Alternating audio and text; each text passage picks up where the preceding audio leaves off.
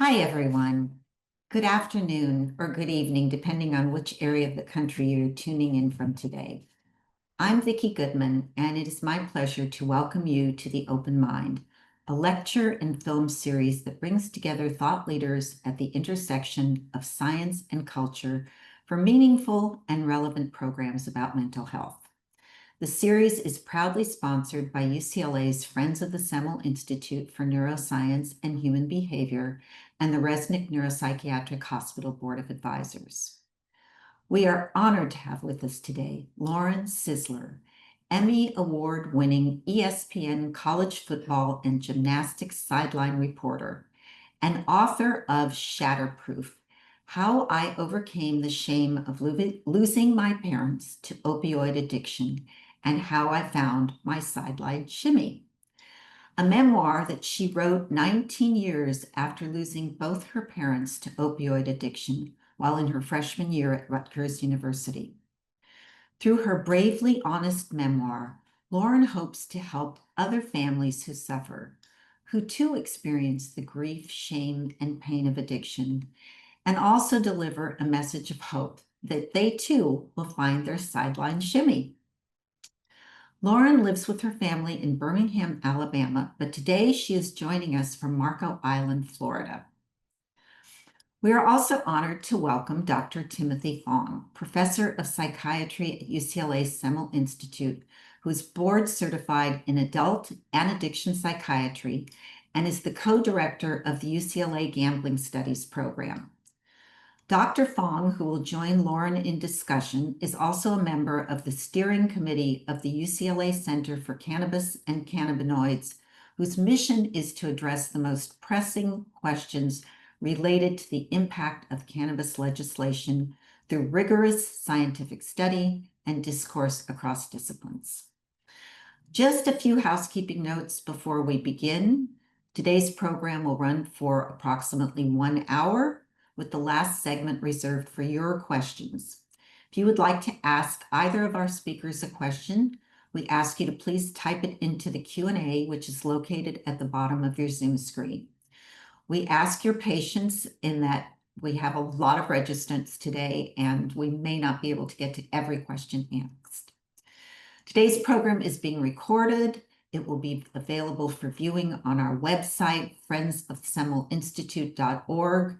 There you will also find videos from past Open Mind programs, a calendar of upcoming events, information about the Friends Research Scholar Program, the Open Mind Film Festival for high school students, and our Teen Advisory Council. On behalf of both the Friends and Resnick boards, I would like to thank Lauren and Tim for taking the time from their busy schedules to share their knowledge and expertise with all of us. Now, let's all give a warm Zoom welcome to Lauren Sisler and Dr. Tim Fong. Thank you so much. Woo-hoo! Well, here at UCLA, we do fours up. So Let's go. Thank you so much, Vicki, for that amazing introduction. Thank you, Zoom audience, for logging in on a beautiful fall afternoon here in Los Angeles and wherever you are in America and throughout the world. And thank you, Lauren, for logging in on Eastern Standard Time to spend some time with us here in Los Angeles to talk about your journey and all the amazing things we're going to learn about. So thank you for that. Ladies and gentlemen, this is Shatterproof. This book I had the pleasure of reading in literally one sitting. And it's very rare for me to go through a book that quickly. It's that captivating. We do a lot of open mind events here at UCLA, and many times they talk about the experience of what it's like to have a psychiatric condition or go through the throes of recovery. But too often, unfortunately, we don't talk about the family. We don't talk about the grief and the shame and the recovery. And tonight, Lauren, you're going to take us through that story. I'm going to jump right to the spoiler alert. The bottom line, my takeaway from your book is fall in love with your story. It doesn't matter what your story is, it's your story. And when you fall in love with your story, through the power of your story, it leads you back to purpose, connection, and recovery. That's my takeaway. But Lauren, please tell us a bit about yourself and tell us how this book came about, and we'll get into some of the key takeaways. Yeah, I'm so thankful for this opportunity just to be here with you across the country, as Vicky mentioned, over here in Marco Island, visiting with my family right now. About to get on a plane tomorrow morning to head to my game assignment for ESPN. I've got to go to Harrisonburg, Virginia, for Louisiana and JMU. So one of these days I'll get out there to UCLA. Apparently, though, I wore the right color tonight. Thank you very much, Dr. Fong. I appreciate that that warm introduction. And yeah, it's been a wild and crazy journey as I sit here, you know, looking at this book, you know, thinking to myself, there was a point in time where this book was never even possible because of the shame that I carried for so many years. For so many years, the shame that I carried through my family's journey, what my family went through, the devastation that we faced, with both of my parents losing them to opioid drug overdoses. And now here I am, 22, almost 23 years later, telling their story and falling in love with mine, as you mentioned, Dr. Fong. And I'm just so grateful for that. And just to be sitting here conversating with you, somebody that is in this world, that is grinding every single day to just learn more about mental health and addiction and how we can continue to help people overcome some of the greatest challenges. Yeah, no, that's really great. And again, to set the stage, you grew up, you were an athlete, you had a very strong nuclear family, you did the all-American upbringing. We go back to 20 years ago, the year 2000, Y2K. And I think we forget this was the height of the opioid crisis that was starting in America. And take us through what happened from those years 2000 until the time of your parents' untimely death. And because that was 23 years ago, but it could have been yesterday. But it was a different world back then when it came to access to opioids and what we know about addiction and what we don't know about how to handle grief and recovery. So walk us through what happened there. Yeah, so you take the timeline back, as you mentioned, to the early 2000s. My mom first started seeing a doctor in 1999. She had some issues, some degenerative disc disease is what she ended up being diagnosed with. And so she had two surgeries, almost back to back on neck fusions. And when she went to this doctor, you know, she was going through all of the things to get better, to recover, and was hopeful that she would just go back out into the world and continue her journey, as a mother, as a wife, working part-time. And unfortunately, the pain just continued for her. And so she was eventually recommended to go to a pain management doctor. And that all started in and around 2000, 2001. And so as she's going to this pain management doctor, she's being prescribed Oxycontin. My father also experiencing chronic back pain. And he had a permanent TENS unit in his back. And so he was managing his back pain. And they were both going to the same pain management doctor in and around that time. And what started off as Oxycontin, eventually my mom could not manage the Oxycontin anymore. So then she was prescribed fentanyl, the pain patch, time release, and in a 72-hour time release. And you know, unfortunately, as they're going down this road, being told this is not addictive, this is going to help you, it did. It did help them. It helped them to get out of bed in the morning. It helped them to go to work. It helped them to put a smile on their face, to show up for me and my brother for our athletics, to travel all over the country for my gymnastics competitions. But eventually, they became so reliant on it. And, you know, I go to Rutgers on a gymnastics scholarship. Life is good. I'm living the dream, doing what we had worked hard for, not just me, but my family, my parents. And you know, everything felt good, right? I felt like I was living the dream and that my parents were so proud of me. And you fast forward to my second semester there at Rutgers. You know, I'm kind of dealing with some injuries and some setbacks here and there, but I'm making it and I'm grinding and I'm doing it. And I remember picking up the phone and calling my parents like I always did, because not a day went by that I didn't call and talk to my parents, have a conversation with them. We were so close. I mean, that's remarkable right there. I think, again, you had a cell phone back then, or did you have a I calling? did have a cell phone. I had a cell phone. My parents did not have a cell Right. phone. So As they lived out in rural Virginia, where we grew up, grew up in Roanoke and then moved out to Giles County. And so, yeah, I mean, remarkable it is, because I know that a lot of kids, you go off to college and it's kind of like, all right, let me go be an adult and kind of do this thing on my own. That was not the case with me and my parents. We were yeah, and again, I think that's where the shame came from, right? It was like, we're a close family. No one's ever been arrested. We're doing well. We're law-abiding citizens. We're tax-paying. We're just trying to live the American dream. And I could feel everything, just the weight coming down. And again, I was curious to ask you, where did you, now that many years have passed, where do you feel the role of that physician who prescribed those medications to be? Do you feel that physician was below standard of care? Was it someone who just didn't do it properly? Like, what are some of your views on that? I would love to. I would love to go back. I would love to go sit in that office and have a conversation, or even be a fly on the wall and listen to the conversations that were happening. Because as you mentioned, my parents showed up to the doctor's visits. They seemed like they were put together. Everything was fine. They're not abusing. They just need this medication to feel better, and they're taking it as prescribed. Yeah. But I think that if reflecting and looking back, there has to come a point where, when you've got over 400 narcotics prescribed to two individuals in your household at one given time, somebody's got to pull the curtains back and say, hey, wait, what's going on here? Yeah. And, I think some of that, and I'll preface it by saying, my dad worked for the VA. He had a government insurance plan in which you could, get a 90-day supply of your prescription medication all at one time in the mail. But having a 90-day supply of Oxycontin, each of them their own prescription for that Yeah. at one time, and then the fentanyl, and then the fentanyl suckers.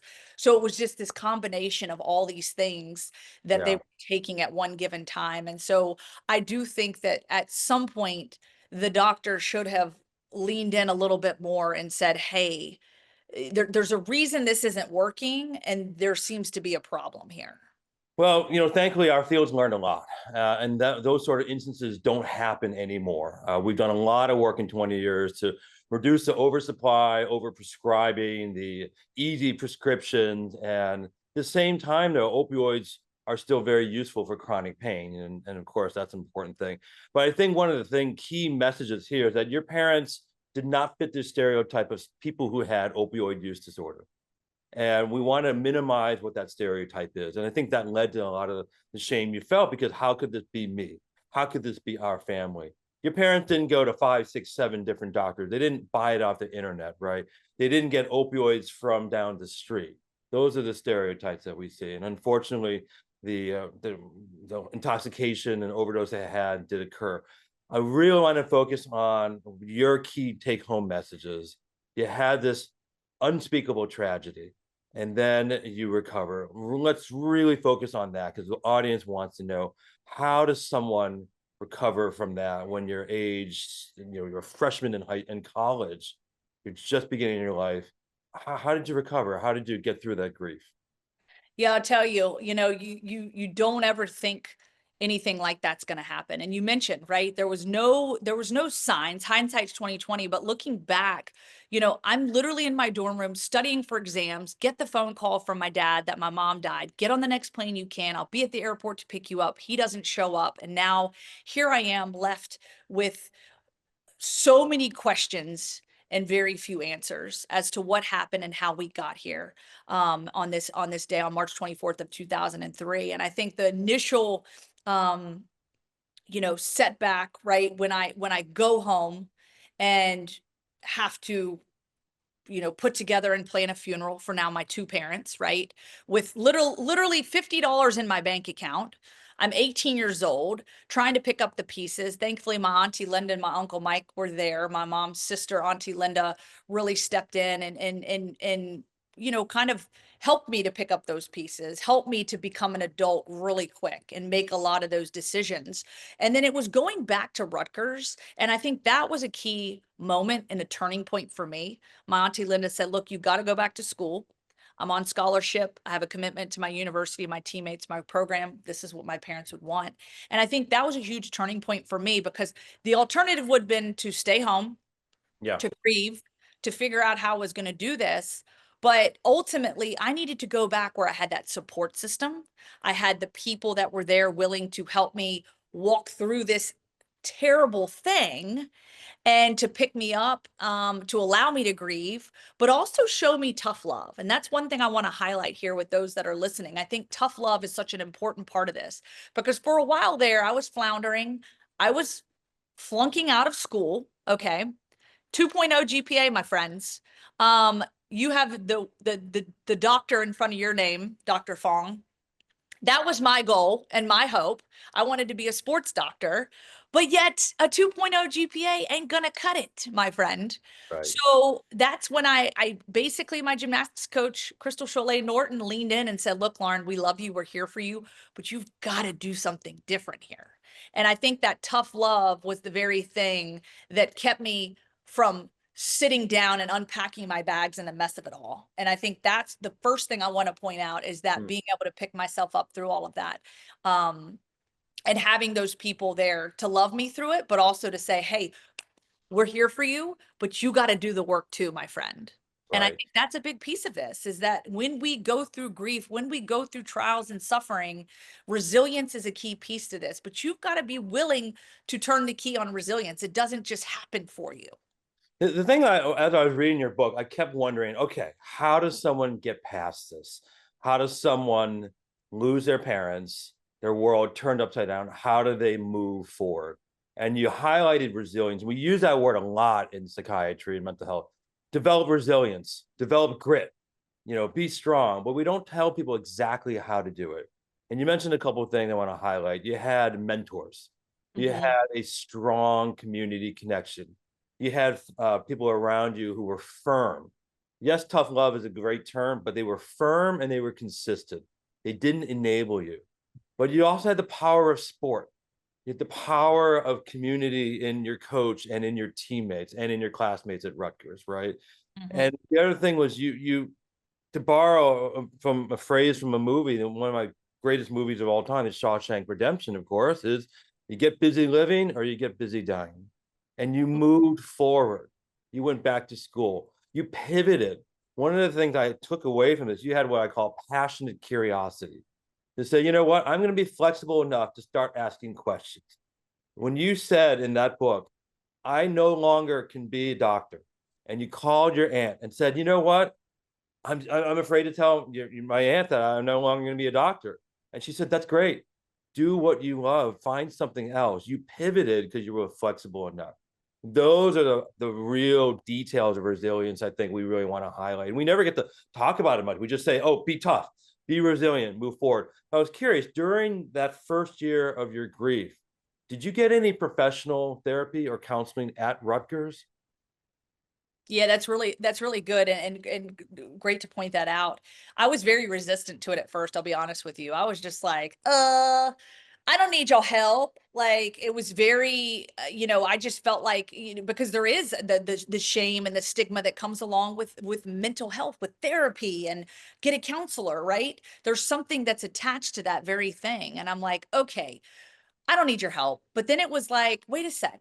This can only help me. This can't hurt me. And so really after a little bit of resistance, my athletic trainer, Kathy Galley, really leaning in on that and said, hey girl, go do this. Like, this is going to help you. This is going to benefit you. And honestly, it did, in so many ways, because here's the thing. It's not just the grief that I was feeling in those moments and those days and months and years that would follow. It was anger. Mm, Anger starts to set in, because it's the why me? yeah. Why did this happen to me? Why did this happen to my family? As you said, we were the American dream on the outside. That's what I perceived it as. But the athlete in me, oh, I was so good at compartmentalizing, my friend, because as a gymnast, we operate on the 10.0 perfect score. So I was real good at boxing it up. Bad performance, you box that up, you put it on a shelf, and you keep going. And I think that's where I got so good in life.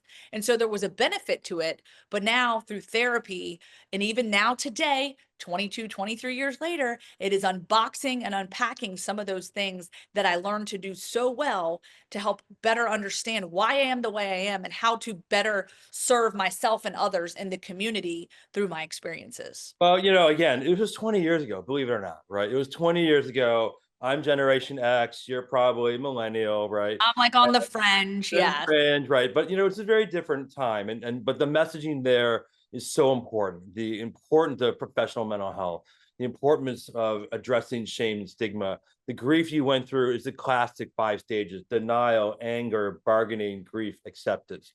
You did it all. But the difference was, had your parents passed in a car accident or from cancer, the shame and your grief would have been experienced very, very differently. Now, one of the things you've done is that you shared your story in written form and in verbal by going public.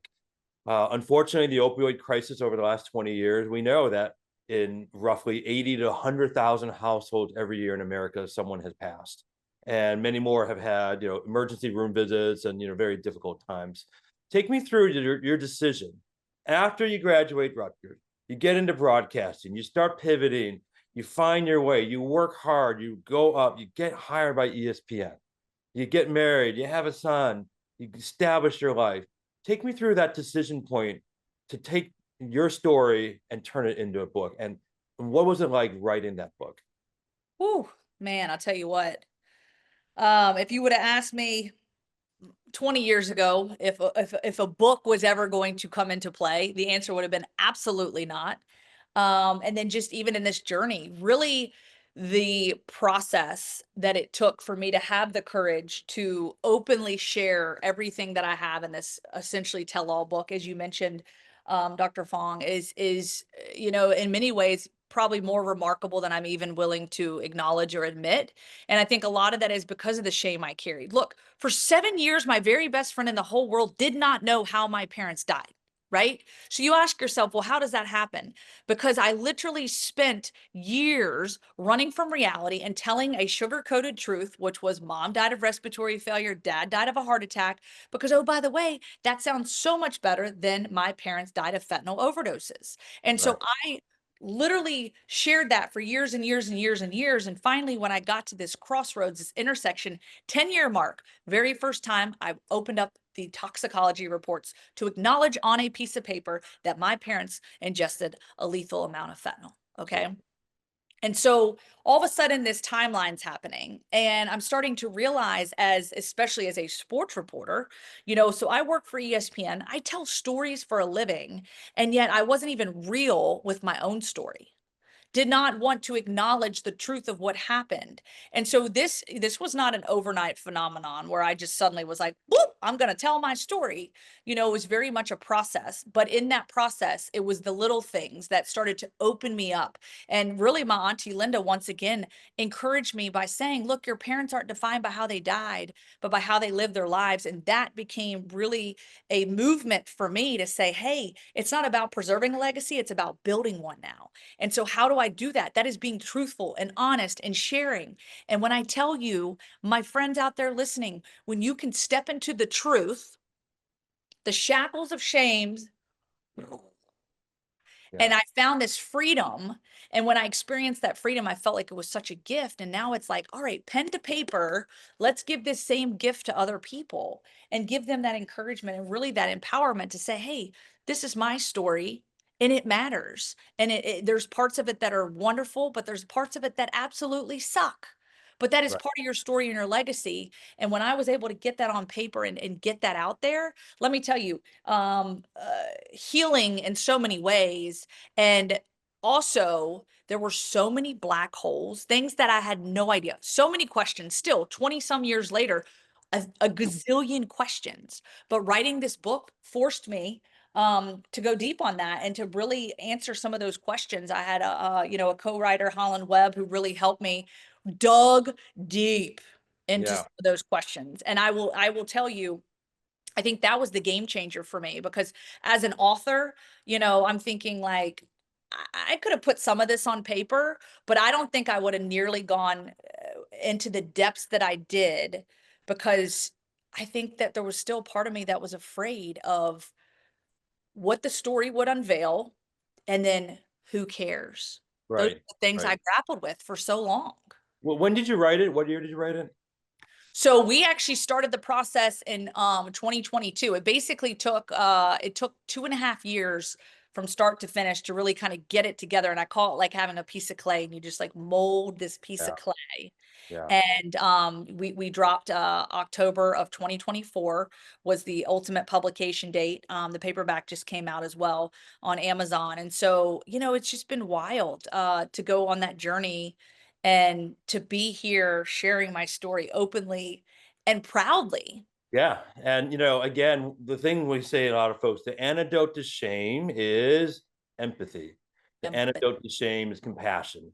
And not just to yourself, but to the world, but mainly to yourself. And I think one of the things you were just highlighting there is so profound. Like by writing, you gave yourself permission to open up your own empathy and compassion. And had you tried to write this book like 2005, 2006, it would have been a very, very different experience for you. So I'm really, that's how it came out. Tell us how you came up with the name of the book, because I have to qualify. When I first saw the book, I said, wait a minute, what is that? Is that like something for the window, like, treatments or something? What is that? Because there is a nonprofit called Yep. Shatterproof that Shout out to Shatterproof. We shout love out. Shatter. They have a big walk coming up this month that does a lot of work in, again, reducing stigma to addiction. That was not attached to that. But tell us how you came up with this particular name. Yeah, so first of all, let's talk about this. Writing a book is really hard, but all of a sudden when you're asked to come up with a title, like it's like, oh, like I've got to come up with a title for this thing. Like it becomes one of the hardest things you have to do. And I'll tell you, just kind of going through that process with my publisher Darren and Gary Schneeberger, he worked with me on the PR side of things. We really just sat down and started just throwing out all this stuff. And I'm like, oh, doesn't stick. And then finally, Gary said, oh, gosh, it was so profound. I remember this conversation on the phone with him and Darren during this process. And he said, Shatterproof, Shatterproof. It's like someone takes a baseball bat to your life and shatters it into a million pieces. But through the human spirit, through faith, through patience, through guidance, through all the things, the support system, you have these million pieces sitting at your feet. We as humans have the ability through resilience to pick up those pieces and still create a life of joy and of purpose, a life worth living. And that's the redemption, the redemption part of all this. And so Shatterproof is what we came up with. And that is my hope and goal in this book, in this process, is to help other people find their resilience, test their resilience, and prove to them that they too can become shatterproof. Yeah, no, that's really, really terrific. No, there's a couple of things I want to highlight in your story that I think are important for just public health stuff. One of the first thing, obviously, is your parents had so much prescription medication around. Did you know what those opiates were when you were living there? Did your brother know? Did anyone know? Or the medicines, while they were taking it, stashed away and hidden away? I know your mom put some in her own lockbox, but did you have any idea those pills were there in your home? Man, I'll tell you, I remember I can see the cabinet that the pills were housed in the kitchen to the right of the sink.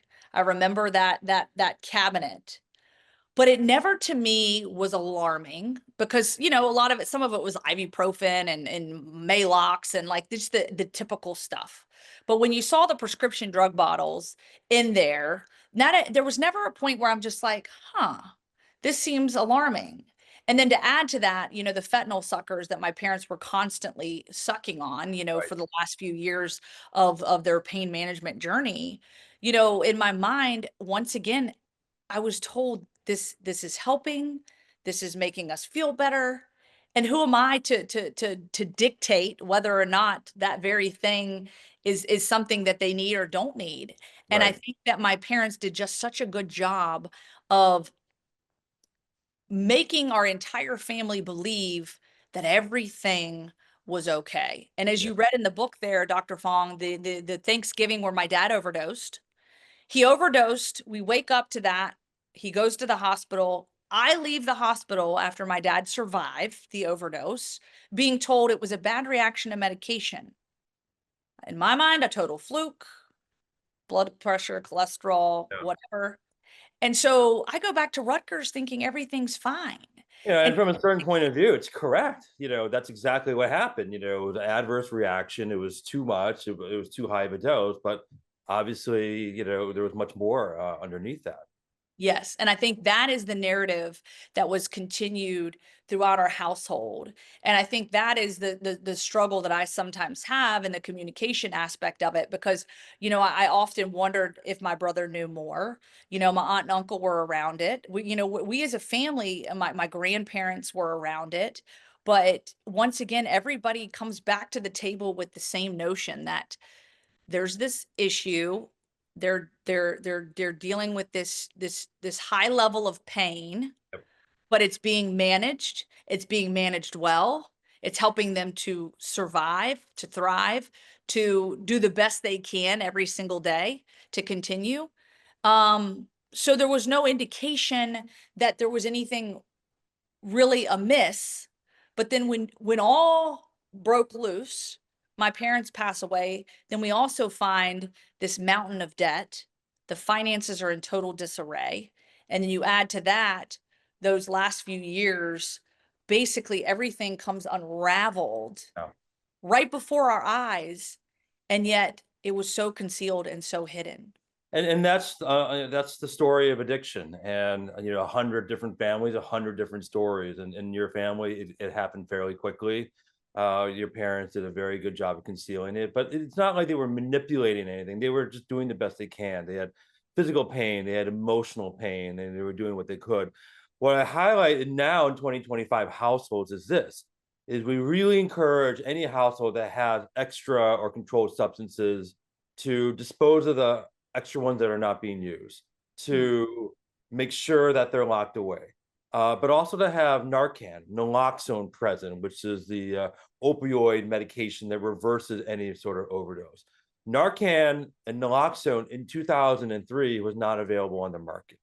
And one of those things that's happened over the 15 years is something like that would be prescribed to folks like your parents, if they were getting opioids, and that's another way of protecting folks. But you go back again, when your parents died, this was the start, right at the peak of the Mm. opioid crisis, where doctors, pharmacists, insurance companies, distributors, and us as a public society were unaware. We had tremendous faith in the medical system. We had tremendous faith in the pharmaceutical industry. We had tremendous faith that these were pills that were good for us.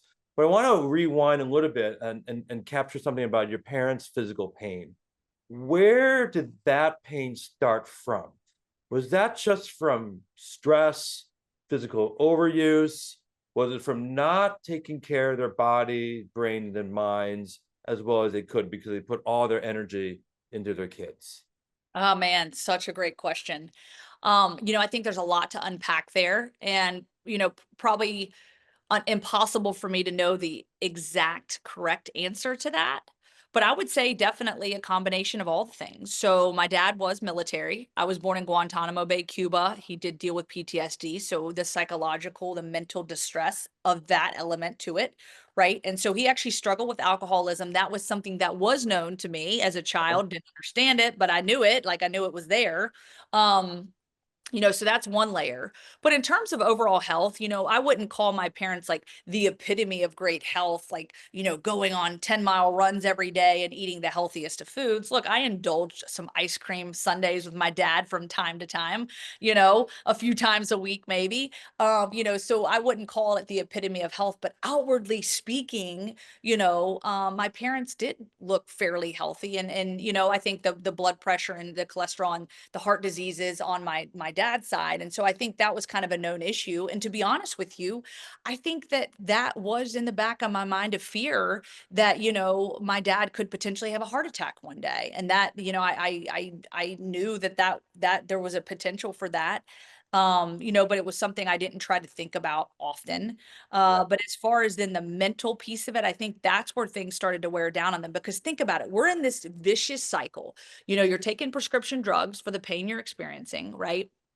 You're going to this pain management doctor. You're doing everything you can to stay above water. But oh, by the way, your finances are in such turmoil. You're stroking $10 checks to the power company to keep the lights on. that when you wake up every day, you cannot possibly wake up and feel confident in the life that you're living and feel at peace when you know you don't even know if you can put food on the table for your family. You don't know if you can keep the lights on. And I think that is the place that my parents got to, robbing Peter to pay Paul, that sort of mindset and mentality, because they had gotten so far in debt, in over their heads. And I think a lot of it was the medical bills that were piling up. I think some of it was probably poor decision making when it comes to finances and where to put the money. And then Right. my dad took a pay cut at work. My mom was on disability, which was paying next to nothing. Took actually a few years for her to even be, get the disability to go through. And so I think it was just a combination of so many things. And that's what addiction Hang on. is: biological, psychological, social risk factors that create the condition. And then you have this perfect storm where people use substances for two reasons: to feel high or to feel normal. And I think in reading what your parents were describing, it gave them a little bit of both. And then that vicious cycle, the access, and because these substances were so dangerous, that's created the opioid crisis. But again, I don't want people to be like, oh my gosh, I don't, I'm worried about everything that could possibly happen. We want to highlight there's a lot of opportunities. And as I was reading your book, with the lens in 2025, I see there were a lot of potential opportunities where now your family could have now get help that wasn't there before, or receive care or access. That Thanksgiving day, that kind of day he goes to the emergency room, if that were to happen now in 2025, he would potentially get a more thorough psychiatric evaluation. There might be a referral to an addiction specialist. They certainly would not have continued to have gotten large amounts of opioids continually refilled over and over and over again. And who knows how family members would have reacted. Maybe there might have been an intervention now that wasn't back then. You Mhm. talked a lot of whispers behind the back about how the community knew something was going on, but people didn't want to say anything. So before we get to some Q&A, I want to make sure we got all your key takeaways.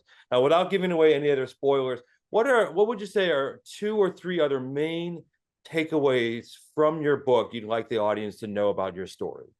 Yeah, so I think the biggest thing, we obviously talked about shame. Shame loves to live in the darkness. We got to bring shame into the light, because we all have a story. When we can wave our hand and say, me too, I'm going through this thing, it helps people to feel empowered, to share their story, and to know that they are not alone in this, and that there is hope and there is help. And I think that is the other piece of this, is I now have a 2-year-old son, Mason. I'm raising a son. I want to be able to have open conversations with him. One day he will ask who his grandparents were and why they're not here anymore. And I think it's so important for that open dialogue, because my parents did not give us that open dialogue. I want to be able to give that to my son, number one, to show him that life is hard. Right? We are going to fall down, but we keep getting back up. And I don't want to protect him and make him think that life is not going to be hard. And so I think open line of communication, education is huge in all of this, right? Because I think that I did such a good job of compartmentalizing. Maybe I would have asked more questions. Maybe, as you mentioned, Dr. Fong, the intervention could have happened if I would have seen something. Hey, I don't feel good about this. I think we need to find some resources to get us some help. And I think that's another big piece of this. So I think that aspect of it, the legacy piece of it, building a legacy, not just preserving one, but creating one. We talk about fall in love with your story. I think that when you can unlock the shackles of shame and lean into the parts of your life, sometimes the hardest chapters, we don't have to be defined by our hardest chapters. Those don't have to be the last. And I think that is where now we bring hope to others. And that's what I want other people to do when they pick up my book and read it and say, hey, this chapter can either be the thing that breaks me, or it can be the thing that builds me. And for me, I would say being built up on this and finding a place of gratitude through some of the hardest moments of my life, finding gratitude in the love and support that I've received in this process, the people that have stepped into my life, no questions asked, that have just wrapped their arms around me. And then I just think being where my feet are. I hear coaches talk about this all the time. Be where your feet are. And Nick Saban was the first one I heard say it over at Alabama, former Alabama Crimson Tide coach, but all the coaches say it now. And so bringing the sports element into it, with athletes, I've learned that day by day as I'm living my life, it's so easy to get caught up in running and chasing and running and chasing that next thing, that next dream, that next goal. And sometimes forgetting how we got here, number one. And then number two, being content where we are. That's not complacent, but being content. There's two different parts to that, right? And complacency means we kind of just say, throw in the towel, I'm good right here. No, but being content means being gracious and grateful for where you're at. Yes, knowing you have room to grow, but also being where your feet are and recognizing that this is where your purpose lives, right here, right now, and using that to carry yourself and to carry others along with you. Wow, I mean that's very well said. And again, now it's not too late to go back to medical school, right? You could always resurrect that idea. But again, for the audience, you thought about a career in sports medicine. And here's what I'd highlight. You've already made a huge impact in the healthcare space. Many times us as physicians, we might treat just a few patients a day or a week, but you've written a book that will stand the test of time. We have a number of podcasts recorded of you speaking. We have this event. And if this touches and educates and inspire other people's lives, I think that's very, very powerful. So the impact you do as a reporter and as an author now, I think is tremendous in this space of improving people's lives. So let me show a few slides, and then we're going to open up to the audience for more Q&A. So audience, if you have Q&A, go ahead and drop them in there. I'm going to show the slides here that I have.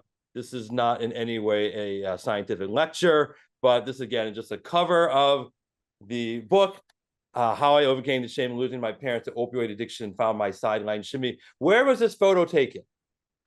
That photo was actually taken at Mountain Brook High School, so a local high school just up the road from me. It was kind of a photo shoot day. We just had some fun with it. And, it's interesting because that photo was actually taken prior to me having Mason. And so as I'm writing the book, I'm like, I don't know that a photo shoot's a good idea right now.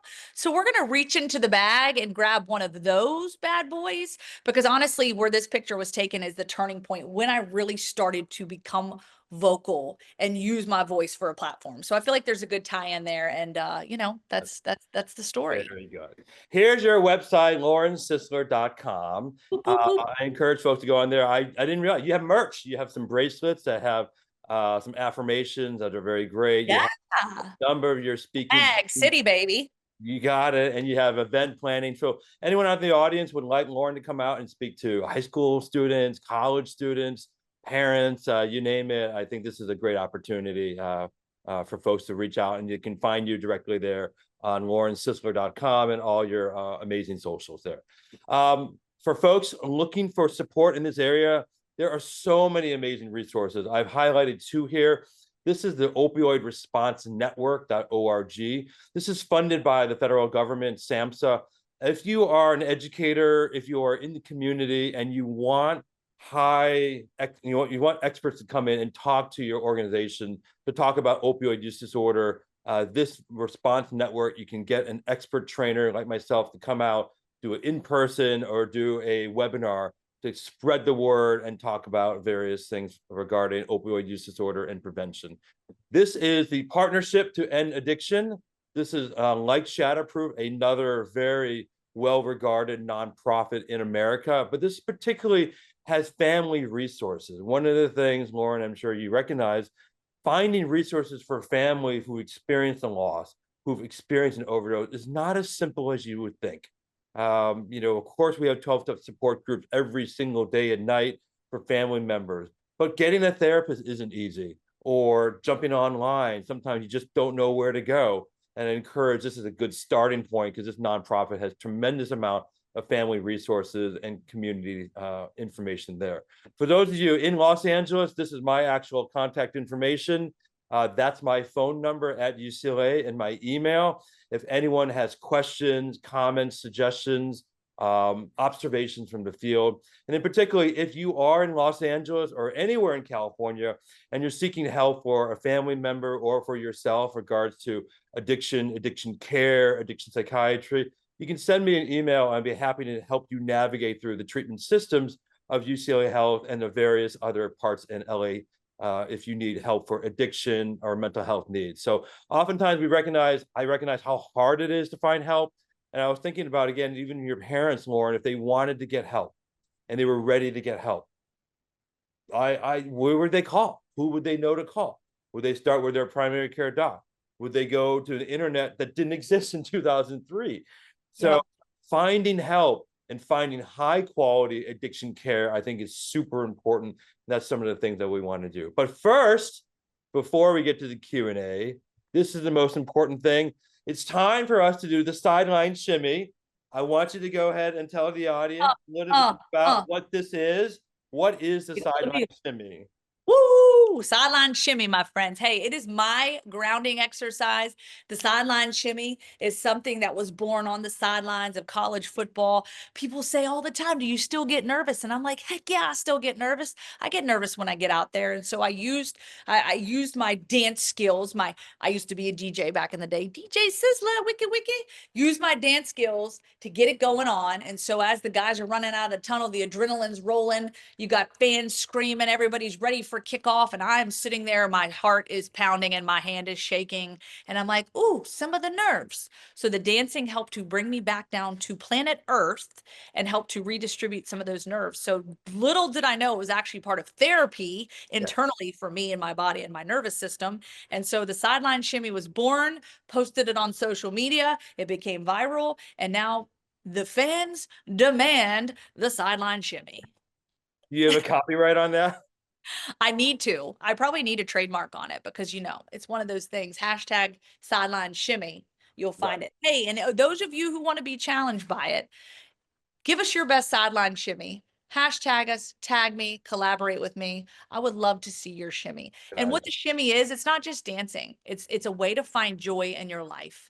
And so I want to help you through Shatterproof and just through my message and just through this conversation to find your sideline shimmy. All right, now we're going to turn some Q&A. So coming back from our virtual audience, let me get to a few of these. And these are amazing questions that are coming in. One question is coming in throughout the process of writing your book. Were there times you questioned whether you really wanted to share your journey? And if so, how did you remind yourself to keep going with the writing of the book? Yeah, great question. Who's that coming from? Do you have names on these? I do. I don't know if I'm supposed to say the name, but it's a person. It's not an AI bot or anything like that. Okay. Well, great question. Thank you for that question. There were times that I questioned it because I'm thinking like you can't that whole let the cat out of the bag. Like once it's out, it's out. And so I think there were definitely fears of like, okay, if I share this information, the depths of this information, who is this going to affect, right? I get healing out of it. Well, there's my brother and my aunt and uncle and my family members and just people that I'm surrounded with that are part of this story too. And so having their blessing in all of this, having my brother's blessing, having my family's blessing in all of this to say, hey, you're doing a great thing, Lauren. We support you and we love you. That really helped me. But there were still times where I thought, oh my gosh, like we're counting down 10 days, 9 days, 8 days, book goes live. Oh my gosh, like it is out there for the world to listen to hear, to read, all the things. And it was scary at times. But I think that what I have found when I share this message, the stories that come back from it, the impact that is generated from it, the ripple effect, I realize I'm doing the right thing. I'm exactly where I need to be. And I've experienced so much freedom and the gift that I want you to experience as well. So again, it's that you just keep moving forward. You stay grounded in the present and you just keep moving. You just do one word at a time and eventually the story will come out. There are a few questions that asking you about your relationship with faith. You are religious, you're a Christian. You mentioned a lot of that in the book. And particularly some audience members are concerned about or questioning, were you angry at God throughout all of this? And how did your faith impact your grief process and your overall recovery story? Oh, yeah, man. Faith has been such an anchor for me. I grew up, as you mentioned, we were a Christian family, went to church on Sundays. I remember standing in the little itty bitty church of 25 people as my dad belted out Amazing Grace as loud as can be. And I'm like, oh my goodness. But I remember that. And until the day that I left for college, I take great pride in this. My parents would come into my room, tuck me in at night. We would say our prayers, and through hard work and determination, they would always encourage me through that. And so, yes, as I experienced this profound tragedy, that anger that creeped in was anger towards the circumstances, but also the questioning of like, why God, because I love the poem Footprints in the Sand. It was then that I carried you. And I thought to myself, well, it was then that I carried you. How in the world are you carrying me right now when you, as in God, let this very thing happen and manifest and happen to my family and happen to us? And I felt so alone in that moment. I felt so alone in the days and the hours and the months and the, even years that would follow and all of that. But where I found myself again is that I discovered, God never promises to deliver us from hardships, but through hardships. And that is something that I stood on and noted in the book.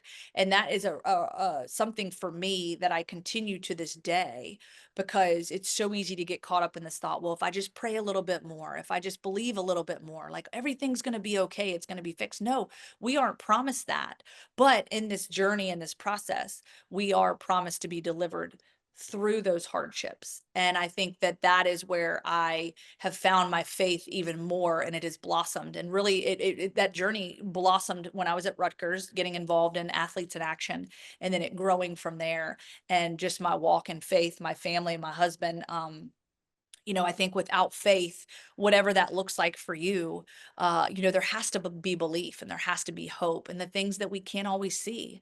And I think for me, that is where, I've been able to find my footing, find my anchoring, and find my solid ground, knowing when I go to bed at night and when I wake up in the morning that, my God, my Lord and Savior is going to guide me each step of the way. And it might not always be pretty, but we're here, we're doing it.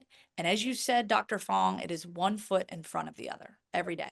I mean, one of the things I'll highlight in your story is what I highlight with a lot of patients that I work with, where we're really working on 4 domains in recovery, whether you're recovering from addiction or recovering from your family member's addiction. And that's home, health, purpose, and community.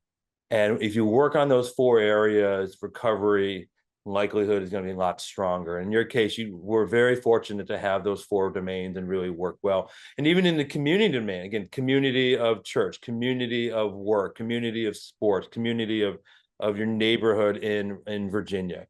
One question we had, and we have 2 more. A person in our audience is also in recovery and is doing well and wants to share their story, but this person doesn't have the platform of an ESPN sideline reporter, Lauren Sisler. So how would you recommend someone just get their story out there? Like, what tips or ideas you would have for that person to get their story out? I love that.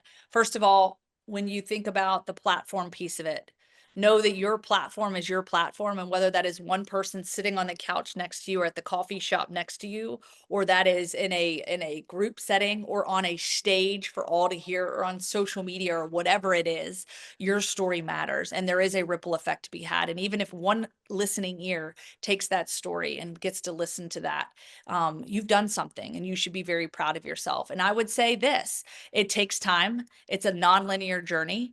And so if you have the opportunity to share your story, I would start in a forum like this, whether it's a podcast or, bring a group and a community of people together like we're doing right now that want to listen, that might be experiencing something similar or just want to learn from you, your experiences. And I would start there, and then you can grow that, right? And it could start small and continue to grow bigger and bigger and bigger, because it's not so much how many people you reach, it's who you reach. And in that very moment, you could be the very person that reaches someone, whether it is a group of students or the cashier checking you out at the grocery store.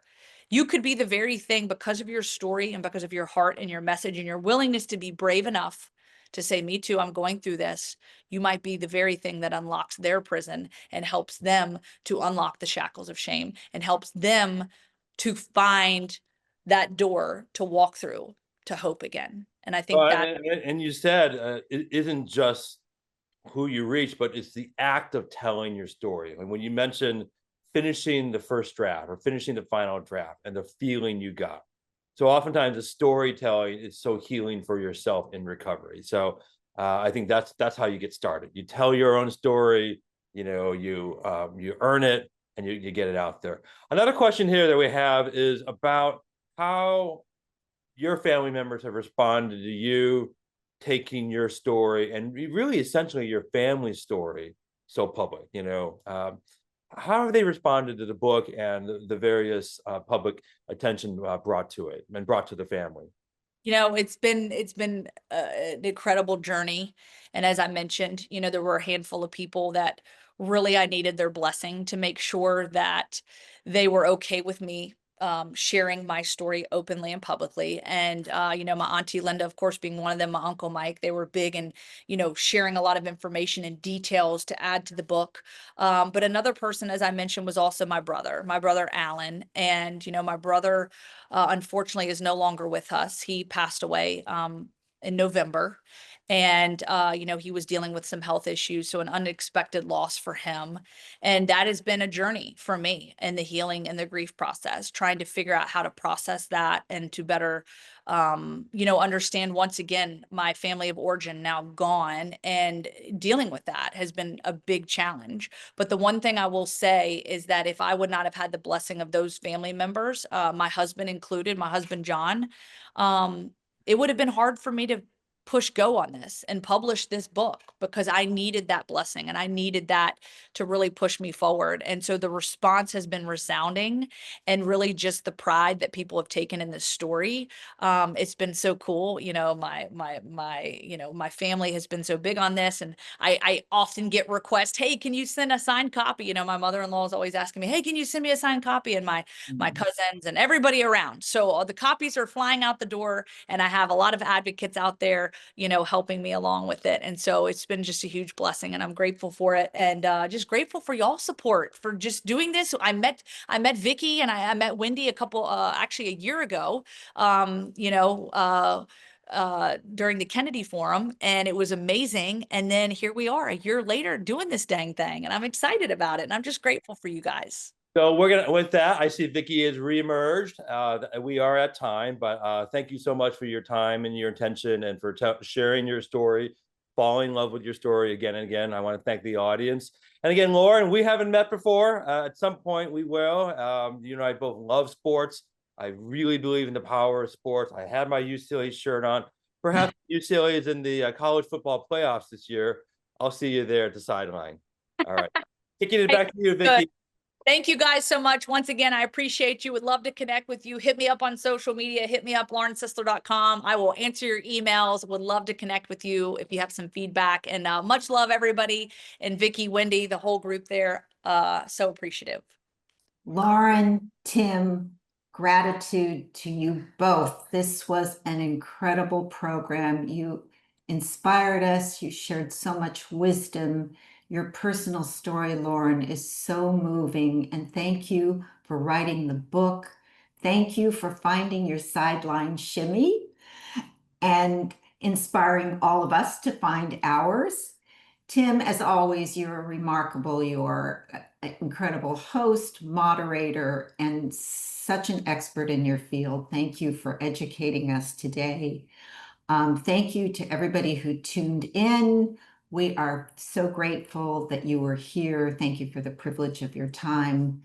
On October 22nd is our next Open Mind. It will be on bipolar disorder. It's a film and a book called Brainstorm, Transforming the Bipolar Landscape. So we hope to see you all there. Stay safe, be kind, have gratitude, and we'll see you next time. Bye, everybody.